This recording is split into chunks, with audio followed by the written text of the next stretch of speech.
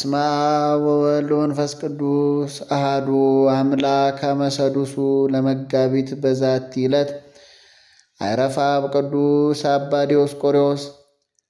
አንድ አምላክ በሆነ በአብ በወልድ በመንፈስ ቅዱስ ስም መጋቢት 6 በዚች ቀን በእስላሞች ዘመነ መንግሥት ዲዮስቆሮስ በሰማዕትነት አረፈ። ይህም ቅዱስ ከእስክንድርያ ሰዎች ወገን ነው። በመግባባት በመገፋፋት ከክርስቲያን አውጥተው ወደ እስልምና አስገቡት። በእምነታቸውም ጥቂት ጊዜ ኖረ። ፊዩም በሚባል አገር ለአንድ ክርስቲያን ሰው የተዳረች አንዲት እህት ነበረችው። ወንድሟ የክብር ባለቤት የጌታችን ኢየሱስ ክርስቶስን ሃይማኖት እንደተወ በሰማች ጊዜ ታላቅ ሐዘንን አዘነች። ከዚህም በኋላ እንዲህ ብለው ወደ እርሱ መልእክት ላከች። የክብር ባለቤት ክርስቶስን አንተ እንደ ካድከው ከምሰማ በክርስትና ሳለ የሞት መርዶ ቢመጣልኝ እወድ ነበር። ከዚያም ከቅዱሳት መጽሐፍ ጠቅሳ ጻፈችለት። በደብዳቤዋ ፍጻሜም እንዲህ ብላ ጻፈች። ከዛሬ ጀምሮ ወደ ክርስትና ካልተመለስክ ይህች ደብዳቤ በእኔና በአንተ መካከል የፍቅር ፍጻሜ እንደሆነች እወቅ። ከቶ ፊትንም እንዳታሳየኝ መልእክትም ቢሆን አትላክልኝ። የእህቱንም የመልእክት ደብዳቤ ባነበበ ጊዜ መሪር እንባን አለቀሰ፣ ተጸጸተ፣ ፊቱን ጸፋ፣ ጽሙንም ነጨ። ተነስቶም ወገቡን ታጠቀ፣ ረዥም ጸሎትንም በመጸለይ ማለደ። ፊቱንም አዳኝ በሆነ መስቀል ምልክት አማተበ። ከቤቱም ወጥቶ በእስክንድሪያ ከተማ ውስጥ ተመላለሰ። እስላሞችም ባዩት ጊዜ ይዘው ወደ መኮንኑ አቀረቡት። መኮንኑም ከእርሱ ስለሆነው ነገር ጠየቀው። እርሱም ክርስቲያን ነኝ፣ ሌላ ምንም አላውቅም ብሎ መለሰ። መኮንኑም ደግሞ የክርስቲያንን ሃይማኖት ትተህ ወደ እኛ እምነት ገብተህ አልነበረምን ብሎ መለሰለት። ቅዱስ ዲዮስቆሮስም መልሶ እንዲህ አለ። በወልድ የማያምን ሕይወትን አያትም፣ የእግዚአብሔር ቁጣው መቅሰፍት በላዩ ይወርዳል እንጂ የሚል በከበረ ወንጌል ተጽፏል። ስለዚህ እኔ በክብር ባለቤት በሕያው እግዚአብሔር ልጅ በጌታችን ኢየሱስ ክርስቶስ አምናለሁ። እኔም ትውልድ የክርስቲያን ነው። አሁንም በክርስትናዬ እሞታለሁ። መኮንኑም እጅግ ተቆጥቶ ከዚህ ምክር ካልተመለስክ እኔ የጸና ቅጣት እቀጣሃለሁ። ቅጣቱንም ፈርቶ ከመልካም ምክሩ አልተመለሰም። ከዚያም በኋላ ታላቅ ግርፋት ገርፎ አሰረው። በእስር ጥቂት ቀናት ቆየ። ከእስር ቤትም አውጥቶ ከምክሩ ከሐሳቡ ቢመለስ ብዙ ገንዘብ ሊሰጠው ቃል ገባለት። ይህ ካልሆነ ግን በእሳት እንደሚያቃጥለው ነገረው። ቅዱሱም ሕያው በምታደግ ክርስቲያን ሃይማኖት በቀር በሌላ አልሞትም ብሎ መለሰለት። መኮንኑም በእሳት እንዲያቃጥሉ ታዘዘ። ከከተማም ውጭ ታላቅ ጉድጓድ ቆፈሩለት። እንጨትም መልተው አነደዱት። ነበልባሉም እጅግ ከፍ ከፍ አለ። ያን ጊዜም ብዙ ገርፈው ሥጋውንም በሰይፍ ሰነጣጠቁ፣ ወደ እሳትም ጨመሩት። ነፍሱንም በእግዚአብሔር እጅ ሰጥቶ በመንግሥተ ሰማያት የሰማዕትነትን አክሊል ተቀበለ። ጸሎቱና በረከቱ ከእኛ ጋር ለዘላለሙ ይኑር አሜን።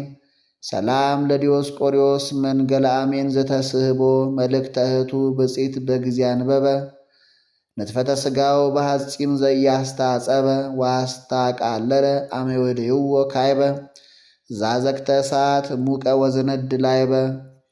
በዝችም ዕለት ታማኝ የሆነ ኤጲስቆጶስ የቅዱስ ቴዎዶስዮስ የዕረፍቱ መታሰቢያ ነው። የዚህንም ቅዱስ ዜና ከዲዮቅልጥያኖስ የተሾመ የቆጵሮስ ገዢ ዮልዮስ ሰማ። ወደ እርሱም አስቀርቦ የክብር ባለቤት ክርስቶስን ክዶ ለረከሱ ጣዖቶች ዕጣን እንዲያጥን መሥዋዕትም እንዲያቀርብ ፈለገ። ቅዱስ ቴዎዶስዮስም እኔስ በሕያው እግዚአብሔር ልጅ በጌታ ኢየሱስ ክርስቶስ አምናለሁ፣ ለእርሱም እሰዋለሁ ብሎ መለሰ። ትእዛዙንም ባልሰማ ጊዜ ጽኑ ግርፋትን ከላም ቆዳ በተሠራ ጅራፍ ገረፈው።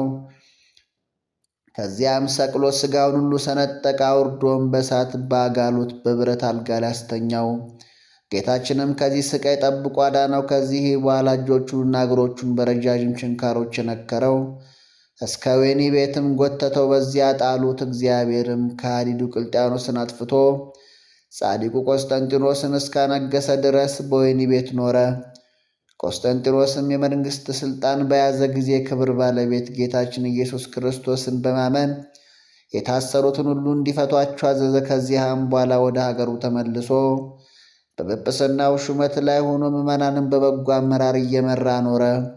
ዕድሜውንም ፈጽሞ በሰላም አረፈ። የፈጣሪውን በረከት ከእኛ ጋር ለዘላለሙ ትኑር አሜን። ሰላም ለቴዎዶስዮስ በእንተ ስማ ጽር ዘተዘብጠ ብዙ ዓመታት ተሞቅዮ ወአኮ ህዳጠ ዲዮቅልጥያኖስ ህልው ድኅረ መንግሥቱ ተፈልጠ ሀበዘ ተካት መንበሩ በትእዛዝ አምላክ ተመይጠ እስከ መዋዕሊው በአድአት ወበአሕዛን ተሰልጠ። በዝችም ቀን በበረሃ የሚኖሩ እንጦንስና አርኬሌድስ ጻድቁ ዘሩፋኤልም አረፉ። በረከታቸውም ከእኛ ጋር ትኑር ለዘላለሙ አሜን።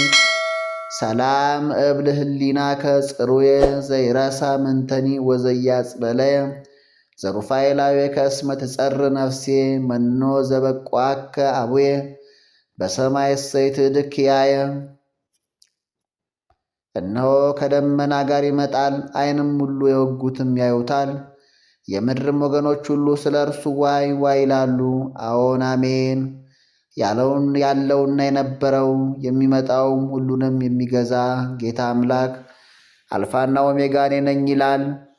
ዛቅረብኩ ማይሌታ ዘኪሬ አእላፈ እምለተ ጸምዱ ከዘልፈ ለለ አነብብ ተወከብ ዘንዴቴ መጽሐፈ እንተረሴ ከግዚኦ ጸዲቀ መበለቱ ኩፈ እምህላ አብኡ ብኡላን ዘተርፈ ነቢያት ቅዱሳን ወሐዋርያት ጻድቃን ደናግል አዲዮ መነኮሳት ቴራን ባርኩ ባርኮ ጉባኤ ዛቲ መካን እስከ አረጋዊ ልሂቅ ወኑስ ሕፃን ለዘጻፎ በክርታስ ወለዛ ጻፎን ዘይደርስ ለዛ አንበቦ ወለዘተርጎሞ በልሳን አዲስ ወለዘሰማ ቃሎ በዝነ መንፈስ በጸሎተሙ ማርያም አረቂተ ኩሉ እምባይስ ህቡረይ መሐረነ ኢየሱስ ክርስቶስ ህቡረይ መሐረነ ኢየሱስ ክርስቶስ ህቡረይ መሐረነ ኢየሱስ ክርስቶስ።